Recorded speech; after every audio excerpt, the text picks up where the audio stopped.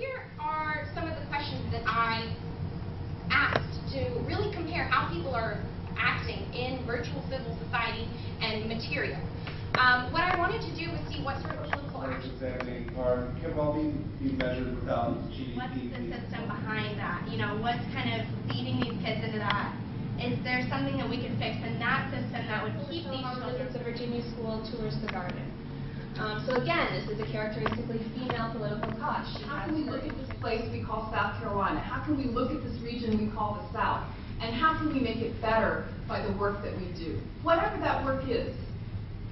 And I was fortunate enough to attend a couple of panels today, and I heard really top-notch research.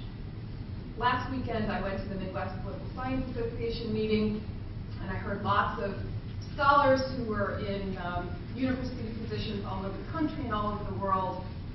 But I heard way more intellectual excitement today than I heard last weekend by professional scholars. And the difference is, you have that passion for what you are researching. It's interesting to you. It's yours, and that's the important part. And no matter what you do from now on, and I know some of you have recently gotten wonderful news that you've been admitted to graduate school, you've gotten wonderful news that you yourself will go off and be a teacher someplace, and some of you are still waiting to try to figure out what you're going to do.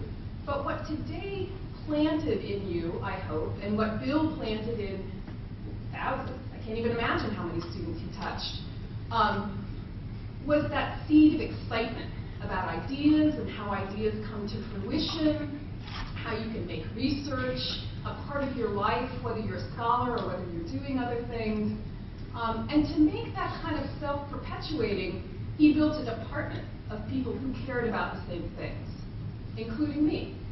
And so each and every one of you, I counted 26 individual presentations on the program, as well as Dr. Creed's whole class of presentations. Each one of you was measured by a faculty member. And that's made possible because the department, now led by Phil Jost, and the college cares about that kind of relationship between faculty and students. And what we hope is that that kernel of excitement continues after we leave today. And I know many of you invited your family, and that's great. And many of you invited your friends, and that's great. And so that'll just continue to spread.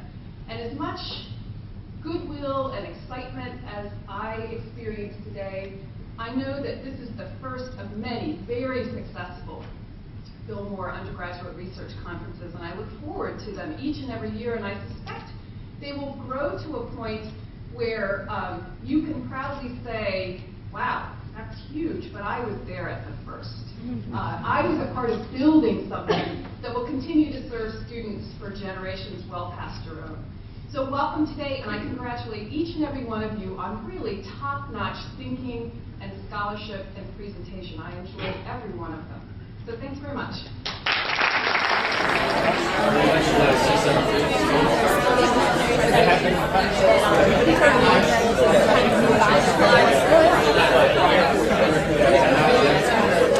I was really excited to be here, and I got good feedback. I got people are interested in my topic, which is just great to know that people wanted to know what I was researching. And after this, I definitely want to continue this at college. Like, I would love to take part more conferences like this. And you found people supportive, not too harsh or judgmental? Absolutely not. Like, everyone asked relevant questions. They're interested. They were nodding when I was speaking. So it was really good. Thank you so much. I'm Martin Corrett. The paper the main question that I asked was, how can Turkey affect the Arab Spring that we've seen in the past, a couple of months? Turkey's new foreign policy has differed away from Western interests and more towards a regional interest in the Middle East. And I argue that Turkey is a very positive force because Turkey has better connections with the Middle East and better cultural and economic connections with the Middle East than other more traditional peace promoters such as U.S. or Europe have had in the past. So that was basically just on the Cuban Missile Crisis and the strategies of the three key players going into the crisis. I thought that the conference was wonderful, and it was really nice to be able to hear how other students have conducted their research and to understand the topics a little bit better than just hearing them. A paper about how the internet media frames domestic terrorism. I looked at the Fort Hood shootings, specifically to see how CNN, New York Times, Huffington Post framed the story.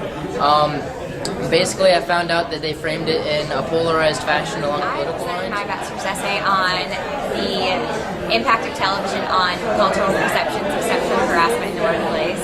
And I presented mine on the friendships that homeless women form in Charleston. Excellent.